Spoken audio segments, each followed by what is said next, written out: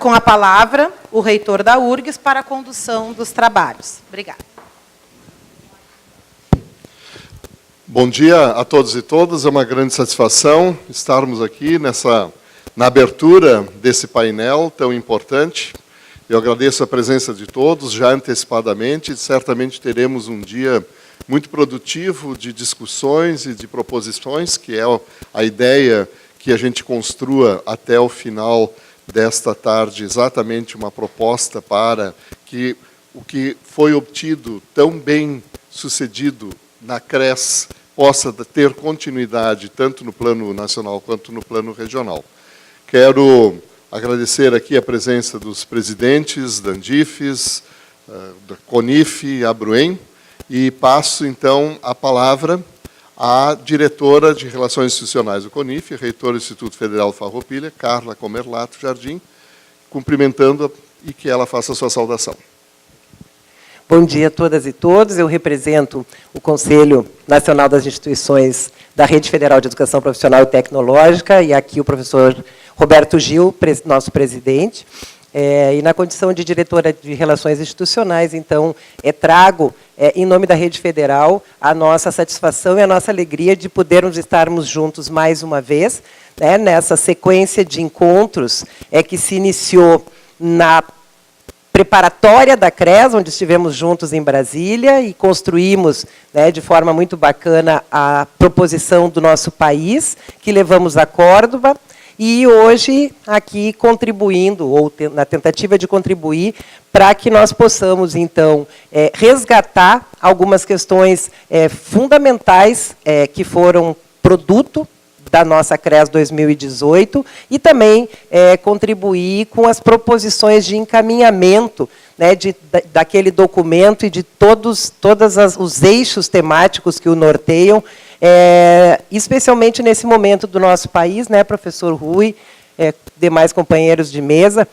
em que nós, enquanto formadores e formadoras de opinião, né, temos, sim, a obrigação de fazer chegar às nossas comunidades acadêmicas, aos nossos parceiros e parceiras, aquilo que é essencial para a manutenção da educação superior, pública, gratuita, de qualidade, como um dever do Estado e um bem da sociedade. Então, a gente está muito contente de poder estar aqui junto mais uma vez e esperamos aí que tenhamos um belo dia de discussões e reflexões. Muito obrigada.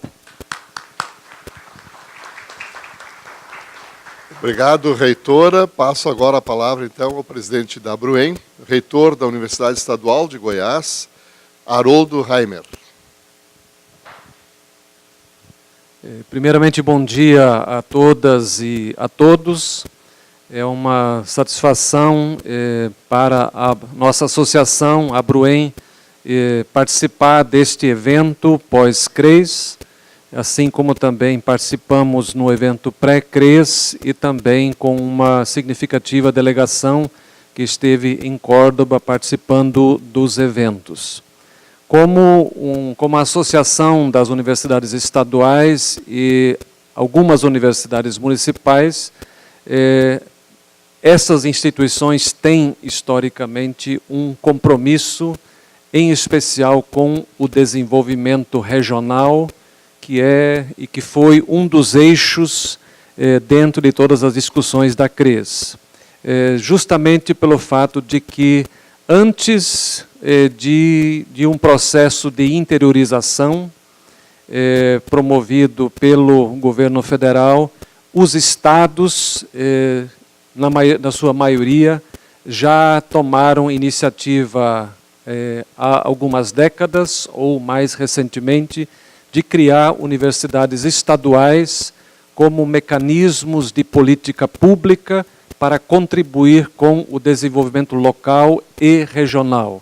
Então, uma das marcas das instituições filiadas à Abruem, quase que majoritariamente, é a sua presença e a sua atuação muito forte no interior dos estados, e assim funcionando como um mecanismo para a superação de assimetrias que foram historicamente construídas e em datas mais recentes vêm sendo desconstruídas e reconstruídas de forma diferente, no sentido de gerar no país cada vez mais condições para que os cidadãos possam exercer com dignidade a sua cidadania enquanto brasileiros.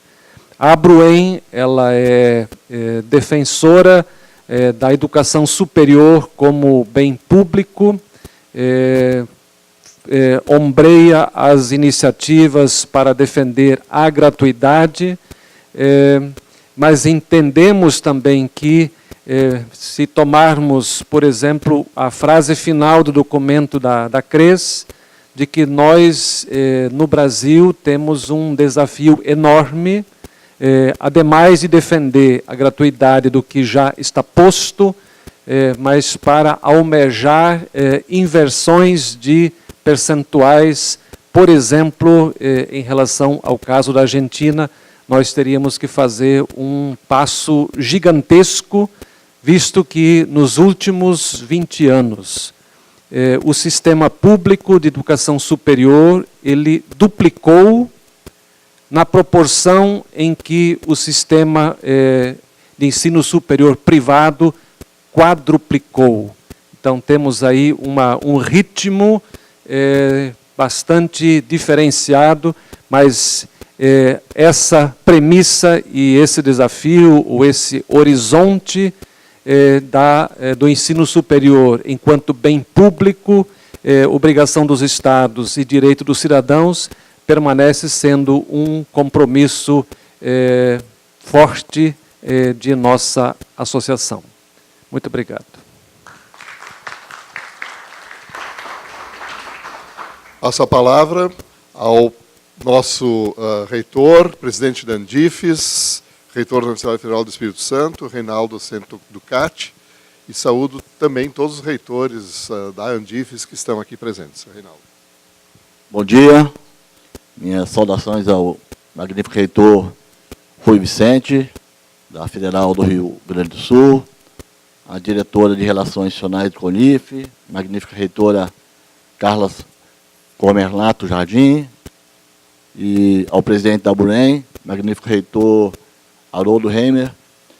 Importante esse momento em que reafirmamos essa parceria e essa unidade entre as três associações que representam o ensino público superior brasileiro. É importante também reafirmarmos os compromissos que nasceram a partir da elaboração e da apresentação da nossa proposição em Córdoba. Queremos também confirmar e reafirmar aquilo que foi decidido na Conferência de Córdoba, mostrar que esse momento é um momento de confirmação, de reafirmação dos nossos compromissos. Sabemos que são muitos os desafios que se apresentam, né, nesse contexto para a educação superior nesse século, considerando as profundas transformações que temos vividos, as incertezas, principalmente nas mudanças das políticas econômicas e sociais que varrem aí a América Latina, sobretudo através dos choques ideológicos que interferem e alteram as políticas públicas dos estados nacionais, incluindo aí a educação superior. Acho que esse momento é um momento importante para nós de trabalharmos e confirmarmos e expressarmos aquilo que temos construído e que foi decidido e deliberado na Conferência de Córdoba. Um bom trabalho a todos e esperamos que esse encontro, essa reunião, seja uma expressão importante do nosso compromisso na luta pelo ensino público gratuito de qualidade no nosso país.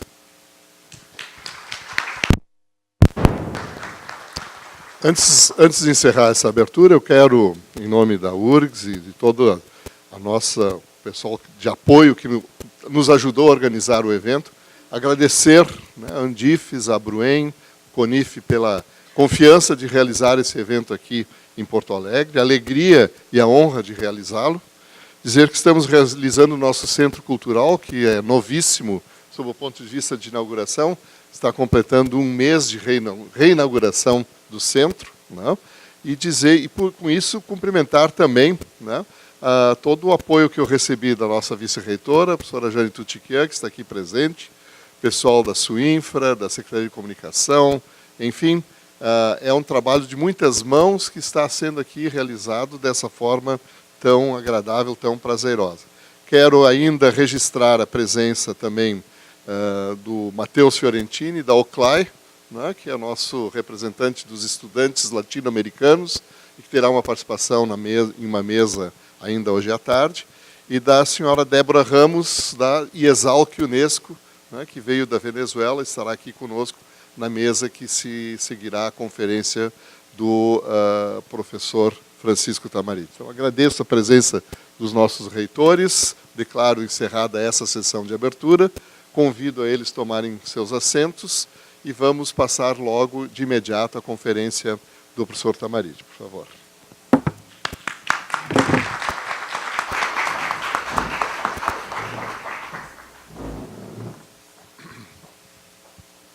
Quero convidar, então, à mesa aqui, o nosso querido colega, professor, ex-reitor da Universidade de Córdoba, diretor da Conferência Regional de Educação Superior em Córdoba e grande amigo, conhecedor da cena brasileira, né? Francisco Tamarit, que nos dará, então, a sua conferência de abertura. Professor Tamarit, muito obrigado pela gentileza de aceitar o nosso convite, estar aqui conosco. Certamente as suas colocações são esperadas e aguardadas com grande ansiedade pelos que estão aqui, não só pela direção da CRES, como também pela sua visão como professor, como gestor público das questões do ensino superior na América Latina e Caribe. Bom dia para todas e todos. Para mim é uma grande honra, uma grande alegria estar novamente na URGS. Eu quero agradecer especialmente ao reitor Rui, à vice-reitora, pela hospitalidade. Assim que eu me formei aqui no Brasil em Física, comecei uma parceria científica com o Departamento de Física da URGS, que é reconhecido mundialmente pela sua qualidade. Então, para mim, a URGS é uma parte muito importante da minha vida científica, mas também afetiva. Passei aqui muitas temporadas colaborando com os gaúchos, físicos e físicas, que, por certo, são muito bons. Eu quero também agradecer ao Andifes, quero agradecer a CONIF e a Abruen, muito sentidamente. Quando a gente começou a aventura de criar uma conferência regional, o primeiro que a gente fez foi procurar a ajuda do Brasil, porque o Brasil tem o sistema de ensino superior maior na América Latina e no Caribe, e assim que a gente chegou e procurou, encontramos uma abertura e uma colaboração muito grande das 3 associações públicas do Brasil. Eu também consegui, ao longo destes anos, observar como o vínculo entre a Abruen, Andifes e CONIF tem crescido, como em várias oportunidades foi possível compartilhar uma problemática que é comum a todo o sistema do ensino superior, especialmente no sistema público. Eu também quero agradecer não somente às universidades públicas, mas também aos estudantes do Brasil. Assim que fui designado coordenador geral, o primeiro convite que eu recebi foi da UNE, para participar de um encontro lá em Fortaleza. Estava 15.000 estudantes e eu, sozinho, planificando, sonhando como seria a CRES. E de lá para cá, sempre me convidaram para não somente para muitas outras atividades. E também eu quero agradecer aos trabalhadores, aos sindicatos, porque também era o nosso objetivo ter uma participação muito forte dos sindicatos.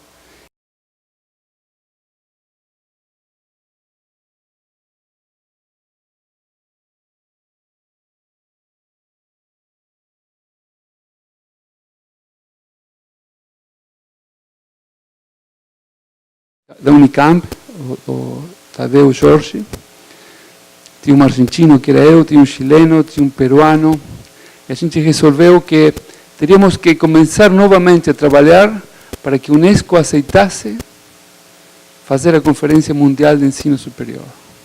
Porque a nossa percepção é que quando as coisas não funcionam do jeito que o primeiro mundo deseja, aí eles tentam evitar a discussão.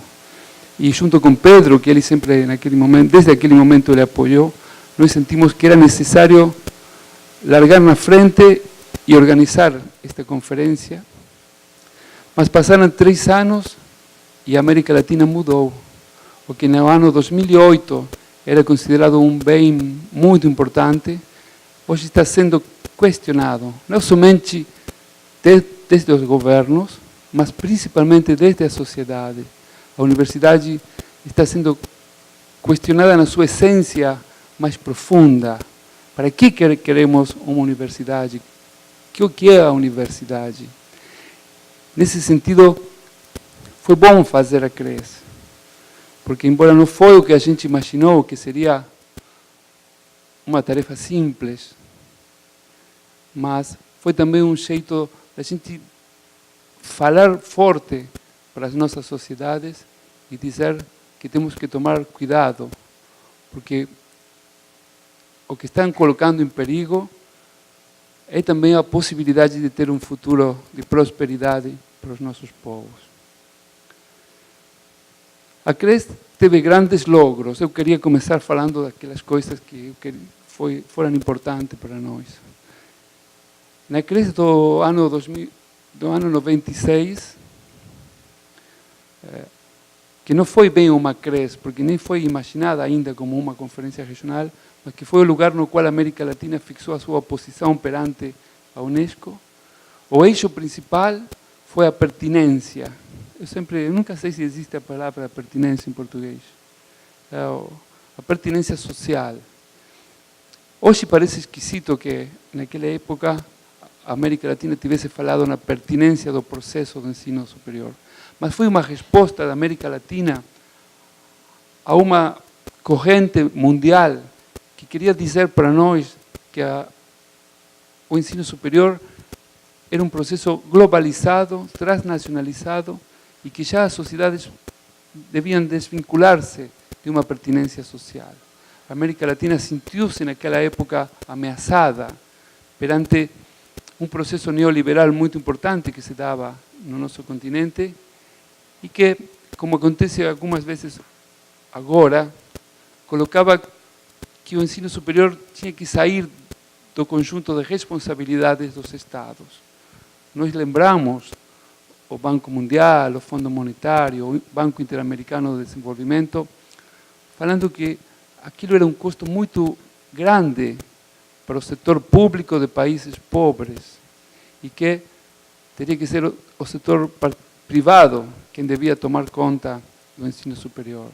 Muitos países, entre eles o Brasil, naqueles anos, aceitaram uma coisa muito particular.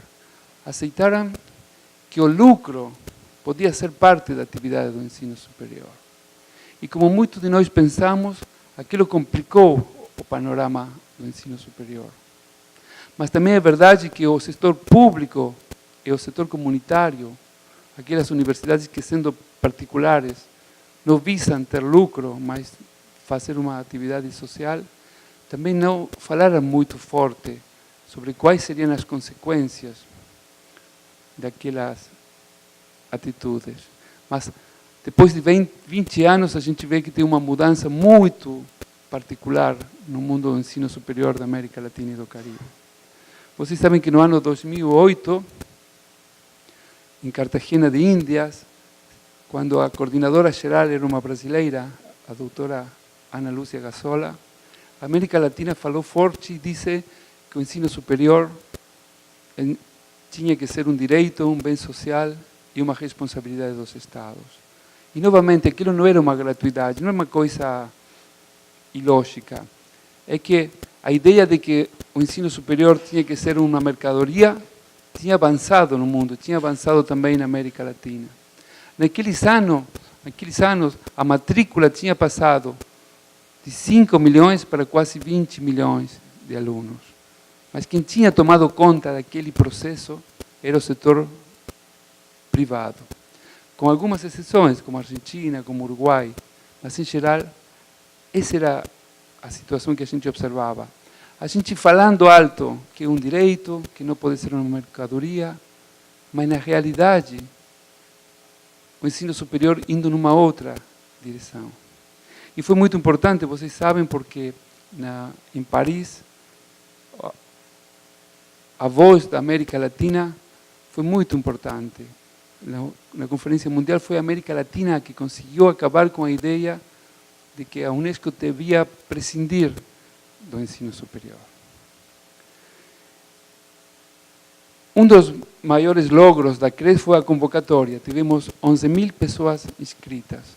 Claro que participaram aproximadamente 8.000, das quais 5.000 fizeram seu registro, mas teve muitos estudantes que chegaram sem participar oficialmente. Isso foi uma novidade. Nós esperávamos ter 1.500, 2.000 pessoas, e foi também um desafio logístico importante, ter que mudar em 3 semanas a estrutura toda da conferência, mudar o prédio, mudar o transporte, mas isso é o menos importante. Uma coisa muito bem melhorada, quando a gente compara com 2008, foi a participação prévia do sistema do ensino superior. Antes da CRES, foram feitos aproximadamente 50 encontros de associações de reitores, de conselhos de reitores e de redes de reitores. Ao contrário do que aconteceu em Cartagena, onde, quando chegamos lá, não existia nenhum rascunho do que seria a declaração, e isso pode ser visto como uma coisa ruim, mas também foi uma coisa que ajudou para procurar consensos. Aqui nós tínhamos um conjunto de dezenas de declarações. Aqui no Brasil teve muitas declarações, teve uma muito importante que foi também redigida entre CONIF, APRUEM e ANDIFES. E tinha da Argentina, tinha do Peru, do Paraguai, do México. Então, podemos dizer que teve um trabalho de preparação prévio muito importante. Por isso, para nós, a CRES teve uma singularidade em Córdoba, mas é um processo que começou 2 anos antes de Córdoba e que vai terminar provavelmente no ano 2028, na próxima conferência, que espero que tenha uma próxima conferência. Uma coisa interessante que esta CRES colocou para o conjunto da comunidade foi a ideia de que não deveríamos procurar um processo de homogeneização dos sistemas de ensino superior da região, porque eles são muito antigos, porque eles estão muito arraigados na nossa cultura institucional e que seria um esforço muito grande que não daria resultados, que era mais simples compartilhar metas e objetivos do que compartilhar a missão de trocar, como a Europa fez, trastocar totalmente os sistemas, procurando homogeneizar. Somente imaginar como teria que mudar a Argentina e o Brasil para converger num sistema comum é impossível. Não teria como a gente passar de um sistema brasileiro que vem de uma tradição muito diferente da hispânica. Então, eu acho que foi muito acertado a gente, logo do início, dizer: não vamos procurar, nesta conferência, tentar homogeneizar, discutir como que seria um sistema ideal. Temos que trabalhar com aquilo que a gente já tem e temos que avançar. Isso foi uma decisão para nós muito importante. E a segunda decisão nesse sentido foi que nós teríamos que falar não tanto dos problemas da universidade, mas tínhamos que falar dos problemas da América Latina. Foi por isso que quando colocamos os eixos não eram os problemas da universidade. Em Cartagena, os eixos eram pesquisa, extensão, ensino, qualidade, internacionalização, mobilidade. Mas pouco foi feito daquilo. Quase tudo que a gente falou em Cartagena ainda está para se fazer.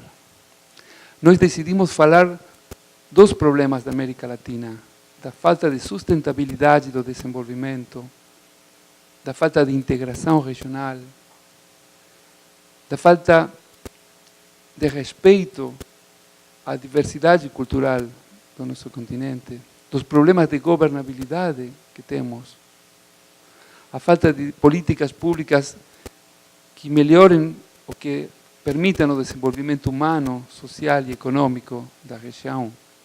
Ou seja, falar da pobreza, falar da marginação, do processo de primarização da nossa economia, do processo da exclusão de milhões e milhões de cidadãos que moram na periferia das cidades, os camponeses, falar do problema dos povos originários, falar dos afrodescendentes, falar dos migrantes também. Essa foi a ideia quando a gente escolheu aqueles eixos temáticos. Qual é o tempo que eu tenho? Mais meia hora, certo, perfeito.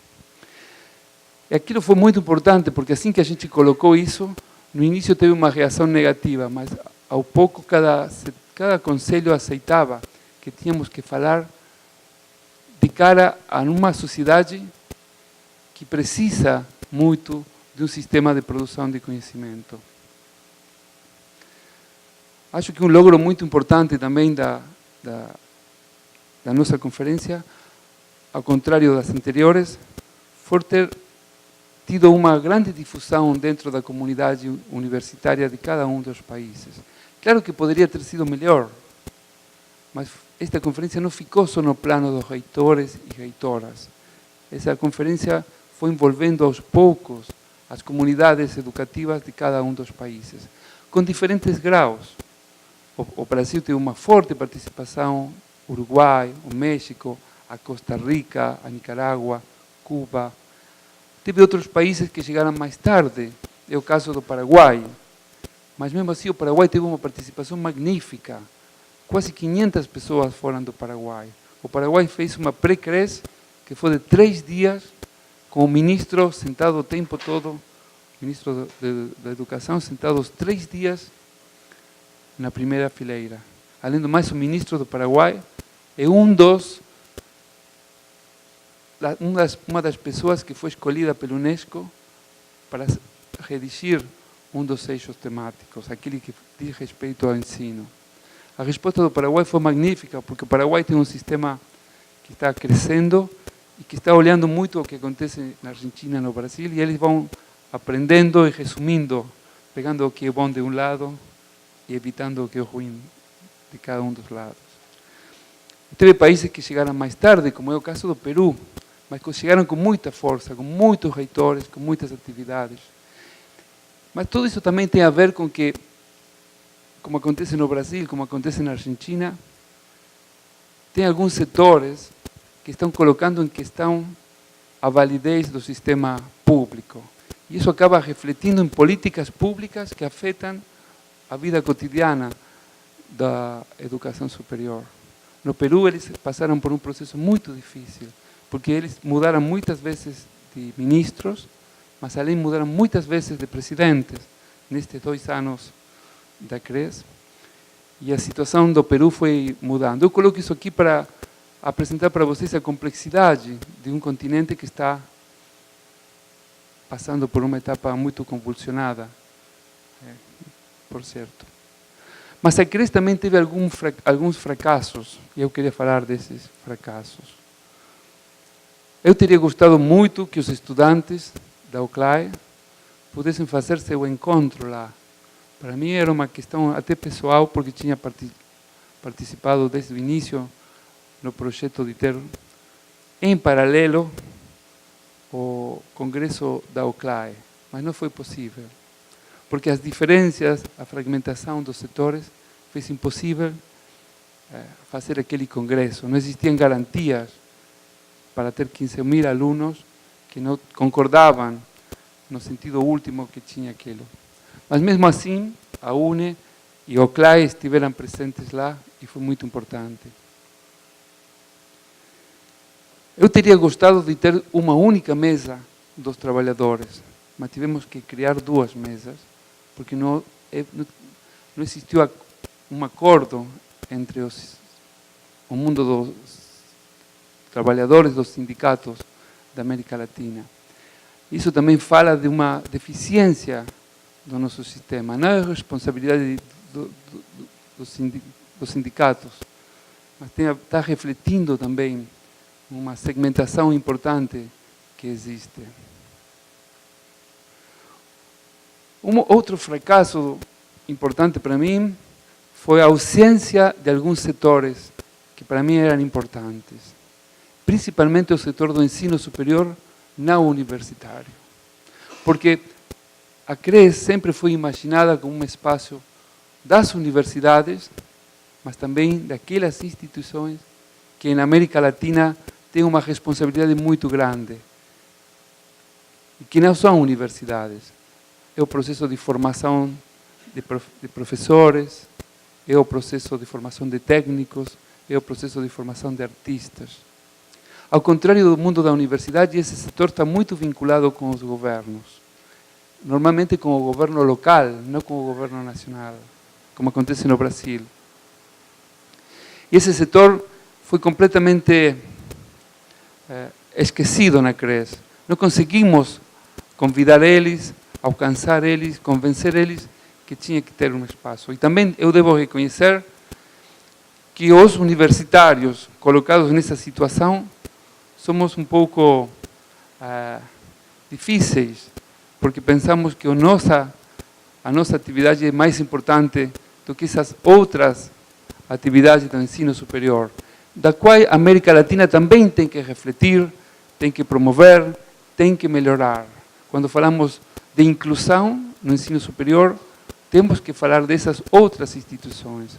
Tudo aquilo que faz parte da formação pós-secundário na América Latina, que está muito mais degradado do que o universitário, porque os governos se preocupam mais pela universidade do que por essas outras estruturas de formação não universitária, mas que são parte do ensino superior. Um outro fracasso importante para nós foi a ausência de um diálogo entre os governos e as universidades. Quando a gente se reuniu, eu contei para vocês, originalmente no ano 2013, no México, eu lembro que o Pedro Henrique Guajardo, ele falava, na América Latina, ao contrário do que acontece na Europa, na América do Norte, existe um preconceito entre os estados e as universidades. A autonomia cria, que é muito boa, é muito importante, acaba criando um distanciamento entre quem faz a política pública e quem tem que levar para frente essa política pública. Nós tínhamos imaginado a possibilidade de ter um encontro de ministros. Foi curioso porque, enquanto a gente estava organizando a CRES, lá no segundo andar do aquele prédio, tinha uma reunião de ministros. E teve uma reunião dos organismos técnicos que estavam trabalhando no problema de reconhecimento de títulos. Quando nós falamos com a nossa Cancilleria, da Itamaraty da Argentina, falamos com o Ministério da Educação, para ver se era possível fazer aquele encontro entre ministros, estavam lá, no mesmo prédio, com os presidentes dos conselhos, foi impossível, porque eles tinham problemas muito importantes para tratar, sem dúvida, mas aquela oportunidade era única, para poder discutir aos poucos uma política de cooperação Sul-Sul. Próxima semana, acho que é próxima semana ou daqui a 10 dias, vai ter um encontro de ministros da ciência e da tecnologia, acho que no Panamá. Convido vocês para darem uma olhada no programa daquele encontro, vocês vão ver a ausência total da problemática do ensino superior. 2 ministros da ciência e da tecnologia, sendo que na América Latina e o Caribe 75% da pesquisa é feita nas universidades. Esse é um resultado de um estudo que foi feito pela OEI, quando Paulo Speller ainda era presidente, e que eles fizeram um relevamento muito preciso para acabar concluindo que aproximadamente 75% da ciência está no ensino público. Isso para nós foi muito triste, porque sentimos que uma parte importante do que tinha sido o projeto da CRES não teve êxito. Os ministros passaram por lá e foram embora, falaram entre eles. E além do mais, nós tínhamos, com o pessoal do IESALC, muita esperança em que a Argentina poderia ser o ponto final do debate sobre o reconhecimento de títulos, que é um problema que é o problema primário que nós temos na integração da nossa atividade. Vocês sabem que a América Latina é a única região que existe na Unesco que ainda não tem um acordo de reconhecimento institucional de títulos. Títulos, fala aqui, de títulos. Ou seja, se alguém quiser, algum médico do Brasil quer ser médico na Argentina, ele tem que ir lá numa universidade, vão dar uma olhada no que ele estudou, vão identificar aquilo que foi ensinado de um jeito diferente, ele vai ter que fazer uma prova, vai ter que ser estudante por um tempinho, até ele conseguir autorização para poder ser médico lá. Mas nós sabemos que isso não é a verdade. A verdade é que tem poderes muito potentes que estão sempre olhando para não deixar a quem vem de outro país ocupar o mercado de trabalho de um país. Por isso, a Unesco tem feito um esforço muito grande para que o mundo do reconhecimento acadêmico se abrisse, para que também o mundo do trabalho possa circular na nossa América Latina e o Caribe. Não sei se vocês sabem que a América Latina, no ano 74, assinou, foi quem inventou a ideia, foi um invento latino-americano, a ideia de que tinha que ter um reconhecimento institucional. O que quer dizer isso aqui? Bem, que deveria existir um acordo que dissesse, por exemplo, que um médico da URSS seria reconhecido no México, na Argentina, porque a URSS tinha garantia de qualidade. Passaram muitos anos, todo mundo imitou o que a América Latina disse, mas a América Latina não fez nada. Alguns países, inclusive, tiraram a assinatura daquele acordo. A Argentina, entre eles. Porque não se preocupam, porque parece para eles não ser um problema, um mundo de trabalho fechado. Então, isso foi outra parte triste da CRES. Muitos esforços e, no final, fracassaram. Claro que não temos que desistir, mas tem que estar na agenda de vocês, que são reitoras, reitores, que nos próximos anos temos que fazer um esforço grande para ir atingindo todos esses objetivos. Falando dos títulos, teve um encontro em Buenos Aires em abril, foi em abril. Lá, o Uruguai, a gente fala em espanhol, pateou o tablero, assim, chegou lá, acabou com tudo que tinha sido feito. Agora, em Córdoba, foi o Brasil, mais ou menos. O Brasil chegou, tinha mudado o ministro. Então, fica muito difícil. Nós temos esperanças que agora vai decolar e que vamos ter um projeto. Mas esse aí foi um fracasso também importante da nossa conferência. Nós tínhamos sempre falado com Hugo Juri, o reitor, era um pedido dele, que o plano de ação saísse da CRES, mas não foi possível. Não foi possível, porque foi tão grande a atividade prévia que teve, e que a declaração foi que consumiu o tempo todo do debate. E agora estamos no processo de construção desse plano de ação.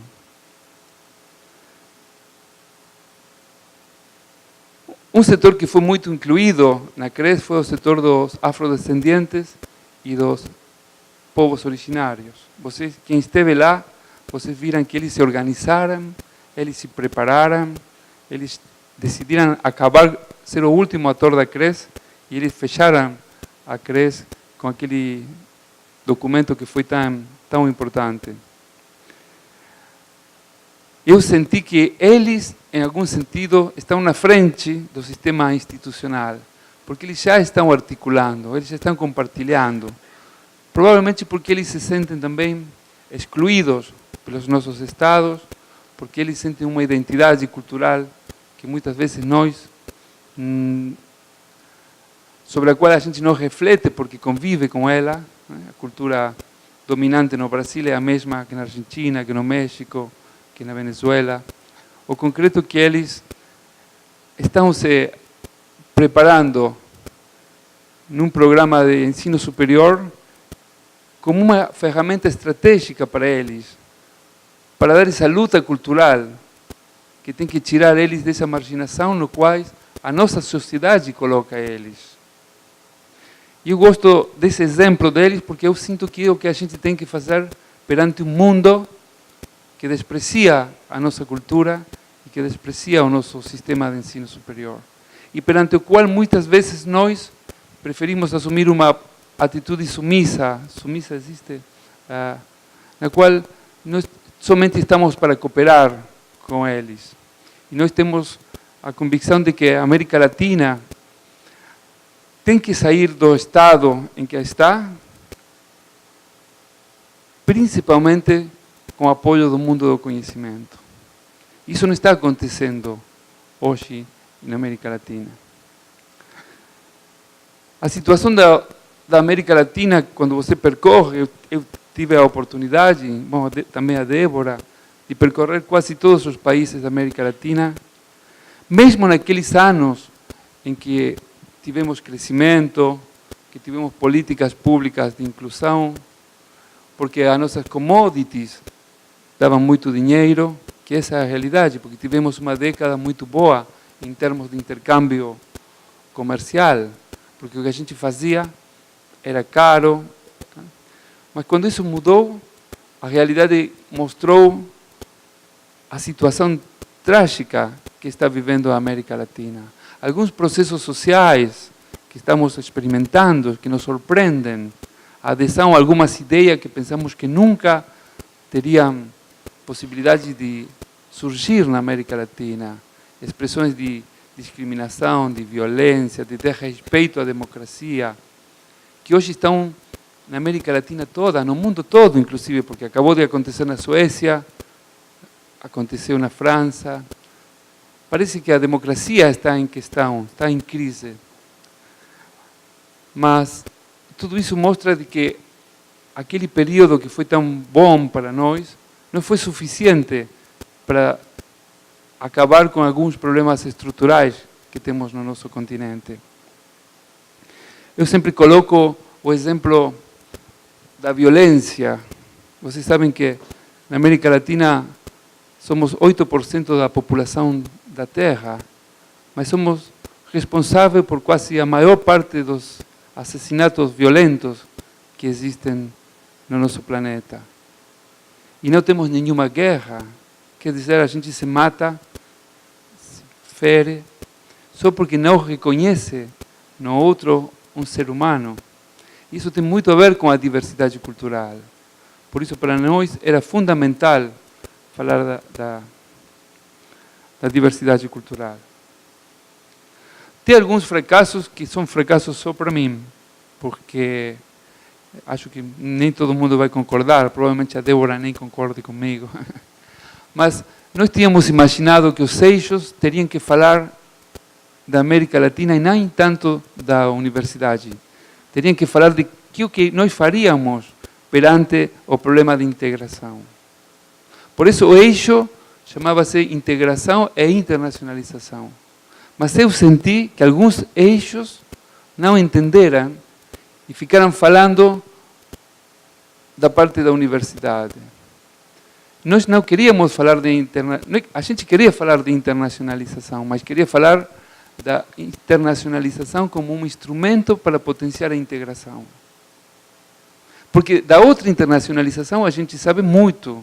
Vocês aqui no Brasil, vocês tiveram aquele plano Ciência Sem Fronteira para mandar 100.000 alunos fora. Só que esqueceram que lá não estava permitido mandar um aluno para a América Latina. Só tinha que ir para um país do primeiro mundo, para uma instituição que estava no ranking 100, de um índice que tinha sido feito, sei lá no Xangai, ou sei lá onde. E depois o Correa, na Colômbia, fez a mesma coisa. E depois o Paraguai fez a mesma coisa. E o que a gente falou, discutiu lá da internacionalização foi muito bom, mas não foi central o problema da integração. Mesma coisa aconteceu com o eixo, que tem um nome que não é muito bom, eu aceito, que é um nome que não é razoável no espanhol, que era o ensino superior como parte do sistema de educação da América Latina e do Caribe. Mas o eixo ficou refletindo muito sobre um problema que é importante, mas que não é o único problema, que é a qualidade da educação. Ficamos muito obsessionados com o controle da qualidade, que eu acho que é muito importante, porque se a gente diz que isso aqui é um direito e é um bem social, temos que trabalhar muito forte na qualidade do sistema. Mas o que acontece, seguramente vocês também compartilham comigo, é que como parte desse questionamento mundial sobre um ensino superior muito territorial, como aquele que a gente gosta, aparece a ideia de que a qualidade é um valor que é transnacional, que é a mesma coisa ensinar física em Xangai, em Helsinki, em Roma, em Córdoba ou em Porto Alegre, ou em Belém do Pará. E não é a mesma coisa, porque temos um substrato social muito diferente, temos realidades territoriais muito diferentes. E vocês, não sei se acontece aqui, mas lá na Argentina, a imprensa constantemente fala, a Universidade Argentina não figura nas primeiras 50 universidades do mundo. Como iria participar se não financia nenhuma milésima parte do que financia naqueles países? E depois falam, os estudantes da Argentina não têm boa formação porque não passaram na prova PISA de matemática ou de língua. Como poderiam passar se um professor na Argentina tem que lutar contra o fato de que o garoto e a garota não têm o que comer, tem problema de violência familiar?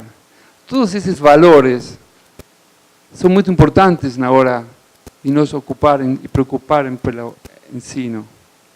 E eu sinto que o eixo, que é muito bom, que foi feito por pessoas de primeiro nível, não se preocupou muito com o processo de articulação do ensino superior com o sistema como um todo. Porque é uma realidade que a América Latina tem um sistema universitário que está muito bem reconhecido pela nossa sociedade, identificado, mas que não se integra muito facilmente, que não tem na sua agenda o problema do ensino básico como um problema fundamental. E nós pensamos que o ensino básico continua a ser um dos grandes desafios da América Latina e do Caribe.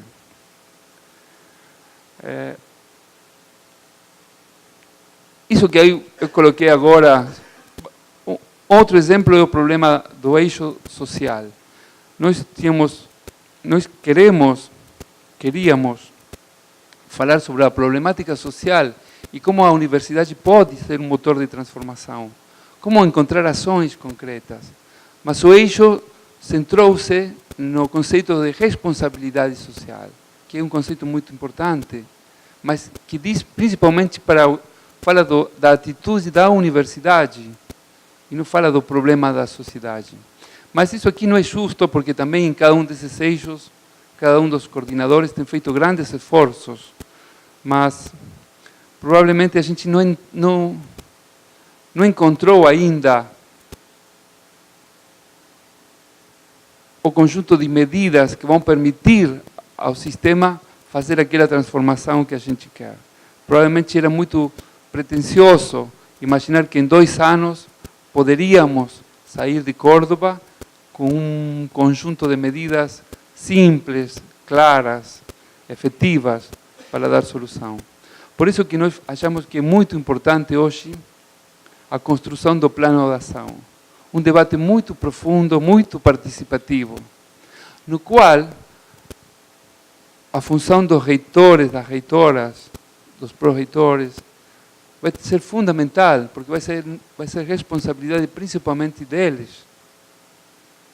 discutir que é o que é viável, que é o que é possível, que é o que cada região do continente tem para oferecer, tem para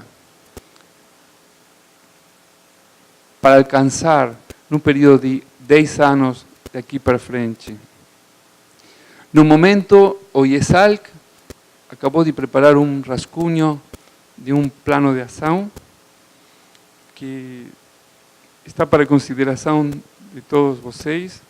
E a ideia é um rascunho porque o nosso plano é convidar as associações, neste caso Andifes, Ambroem e Conif, para um encontro em dezembro, no qual as autoridades destes conselhos possam, junto com a coordenação da CRES, mas junto também com a Unesco, através do IESALC, junto com as redes, porque temos muitas boas redes, poder definir um plano de ação bem concreto, que identifique quais são as necessidades em cada um dos eixos, que defina objetivos, metas e um cronograma de trabalho. Porque não pode acontecer mais o que aconteceu no 2008, que a gente foi lá em Cartagena, ficou muito contente, tão contente quanto em Córdoba, porque a declaração era bonita, estava bem redigida, era progressista, forte, potente. Mas aí ficou engavetada, ficou dormindo, a gente ficou falando muito feliz, e o sistema se mercantilizando. Existe mercantilizar? Sim. Se mercantilizando, a gente olhando para outro lado, e o continente piorando, e a gente olhando para o outro lado. Temos a sensação de que os acadêmicos da América Latina temos essa capacidade triste de conviver com todas essas coisas ruins que passam ao nosso redor, sem nos comover, com um coração duro. Claro que não é verdade individualmente, que cada um chega lá e sofre quando vê pobreza, marginação. Mas acontece que essa problemática acaba não entrando na nossa agenda. Mas existe uma coisa muito positiva que eu descobri percorrendo cada um dos países da América Latina, e é que o sistema do ensino superior tem uma grande capilaridade social. Isso que vocês percebem aqui no Brasil, que a universidade chega em muitas regiões, que se ocupa de muitos problemas, que está refletindo, isso acontece na América toda, do México ao Chile e à Argentina. Isso faz um substrato muito útil, muito importante para nós. Se nós estivéssemos ainda numa etapa na qual a universidade continua sendo uma instituição isolada, soberbia, que existe também, existem essas universidades na nossa região. Mas hoje tem uma rede imensa. Eu tive a oportunidade de percorrer o estado do Paraná de carro. Aí o pessoal do Abruem, o ex-presidente, ele me ajudou com um motorista em um carro. Aí tive a oportunidade de percorrer o estado de Paraná. É uma maravilha descobrir que tem uma rede de ensino superior que abrange o estado todo. Ainda por cima terminei lá no UNILA, num encontro de extensão maravilhoso, da região sul era aquilo, com 3.000 pessoas falando sobre extensão universitária nos estados do sul, era, não? Ou era Paraná? Era do sul. E a mesma coisa acontece no Nordeste, acontece no Sudeste. A semana passada eu participei do encontro do CONIF. O CONIF é uma maravilha também. Eu sempre falo do CONIF porque quando eu morava no Brasil não existia. Eu também não sou tão velho assim. Eu fui embora do Brasil faz 20 anos. E agora, saber que tem essa rede de instituições de ensino científico, tecnológico, profissional, é uma mostra de que quando existe vontade política de transformar, é possível transformar. E ainda por cima tem o conjunto de instituições federais do Brasil e estaduais, que formam uma rede de altíssima qualidade internacional, reconhecidas. Então, existe um ponto de partida muito bom para nós, que não existe em outros continentes. Provavelmente a África, pelo que eu conheci, não tem essa disponibilidade. Mas o que está faltando para nós é nos articularem, imaginar que somos parte de um projeto conjunto. Não somente colocar a problemática da região territorial na agenda do conhecimento, mas também colocar na agenda do conhecimento a problemática da América Latina e do Caribe. E eu sinto que tem algumas experiências boas. Eu sinto que os estudantes, eles refletem se imaginando parte da América Latina e do Caribe. Mas alguma coisa acontece na medida que a gente envelhece, que vai esquecendo, que vai ficando muito preocupada pelo local. Mesma coisa acontece com os sindicatos. Eles têm um trabalho de refletir internacionalmente. No outro extremo, me preocupa muito o mundo da ciência e da tecnologia. As nossas agências da ciência e da tecnologia, que continuam a não entender que a cooperação Sul-Sul tem que ser prioritária para o nosso continente. Tive a oportunidade de falar com muitos deles na etapa preparatória e eu sinto que o maior entusiasmo das nossas agências é serem parte do primeiro mundo, como se fosse possível, como se existisse a possibilidade de que só o Brasil fosse aceito lá no primeiro mundo, só a Argentina. Quando eu cheguei lá para Paraguai, eu reclamei pelo plano, porque eles não permitiam no programa de formação de doutorados que os estudantes vieram para o Brasil, para a Argentina. E eles me falaram, falei com o presidente, com a CITA, acho que é, e ele me reconheceu que eles achavam que a melhor formação seria obtida somente naquelas universidades que estavam no ranking 100, no qual excluía todas as universidades da América Latina, quase todas as universidades.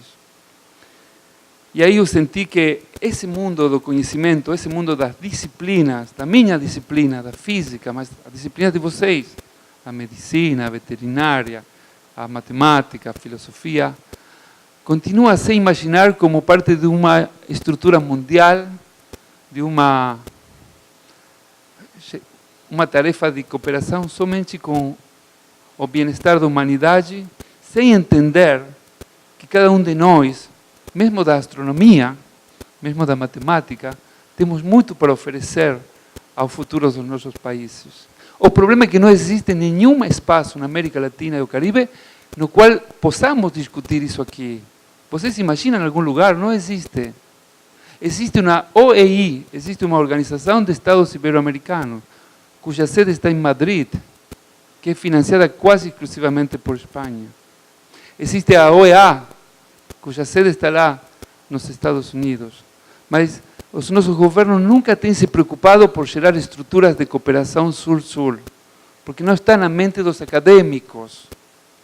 Olha, existem bons governos com as universidades, existem governos que dão dinheiro para a gente, que financiam boa pesquisa, que falam muito nos discursos políticos da universidade e da ciência, é verdade. E existem outros que castigam a universidade, tiram orçamento, questionam, criticam injustamente. Mas, na verdade, nenhum dos dois convida a gente para ser parte da agenda de transformação das sociedades. Isso tem a ver com que não está na agenda dos nossos países a integração regional como uma prioridade. Como foi na Europa. A Europa lutou muito tempo e fez muito esforço, investiu muito dinheiro para ser uma comunidade de nações, e não mais um conjunto de nações isoladas. Mas quando os líderes da Europa decidiram construir a União Europeia, elas foram chamar a universidade, para que a universidade seja um motor de transformação cultural, porque aquele desafio de construir uma unidade, como aconteceria aqui se tivéssemos esse desafio, é principalmente um desafio cultural. A América Latina não vai ser uma se continua a discriminar os afrodescendentes, os originários, se vai continuar a discriminar os pobres, os marginais, se vai se preocupar da violência com mais violência. Mas quando que nós somos convidados para ser parte da integração da América Latina? Isso é alguma coisa que a gente sempre desejou muito forte com o IESALC. Colocar na agenda da América Latina a necessidade de que o conhecimento não seja quem lidera isso, porque achamos que isso não corresponde, mas que sejamos parte do processo de transformação. O meu tempo esgotou, tenho que acabar. Aqui eu tenho o que o IESAL preparou. Eu quero dizer uma coisa que é importante para mim. Aquela declaração de Córdoba, que muitas pessoas gostaram, mas não tem nenhuma pessoa que não tenha alguma crítica para fazer nela. Mesmo no dia depois, lembra você? Na sexta-feira, o Rui pediu para conversar comigo, logo do início, para marcar que coisas não tinham sido muito boas. Eu achei isso muito bom. Me lembro que era dia sexta-feira, enquanto estava a festa da reforma, estávamos aqui com Tourinho e com Rui falando como tinha sido a declaração. Ninguém pode, ou melhor, todo mundo pode achar alguma coisa que não gostou da declaração. Mas aquela declaração, ao contrário do que aconteceu em Cartagena, que foi feita por uma comissão redatora, isso aqui foi consensuado com todos os conselhos. O dia prévio ao fechamento da conferência, nos reunimos todas as redes, todos os conselhos e todas as associações. Lá estavam vocês representados. Foi um debate muito duro, com algumas partes realmente agressivas, algumas atitudes que nós não gostamos, mas tudo foi incluído naquele trabalho. Por isso, o estilo linguístico pode que não seja perfeito, mas o que foi colocado lá é o que a grande maioria dos atores que participaram da pré-CRES imaginavam. E é muito importante dizer que esta CRES não foi uma CRES do setor público, foi uma CRES do setor público e do setor privado, que eles estiveram participando, que eles fizeram seus aportes e que eles também acabaram concordando com esse texto no jeito que ele está. Que o valor dessa declaração é principalmente isso, é refletir um trabalho de conjunto que foi feito em condições muito difíceis, num período muito difícil, e por isso que eu quero agradecer a todos, mas muito especialmente aos brasileiros e brasileiras, por ter contribuído aqueles dias, aqueles meses, sempre com uma atitude colaborativa, respeituosa, procurando que todo mundo se sentisse incluído.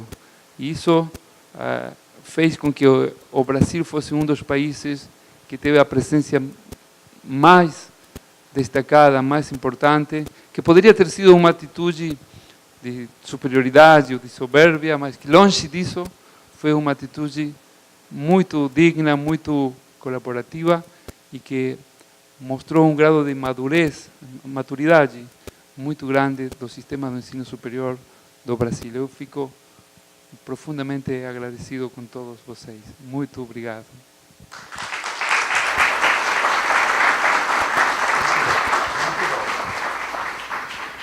Muito obrigado, professor Francisco Tamaritti. Nós temos uns 10 minutos ainda para começar a primeira mesa.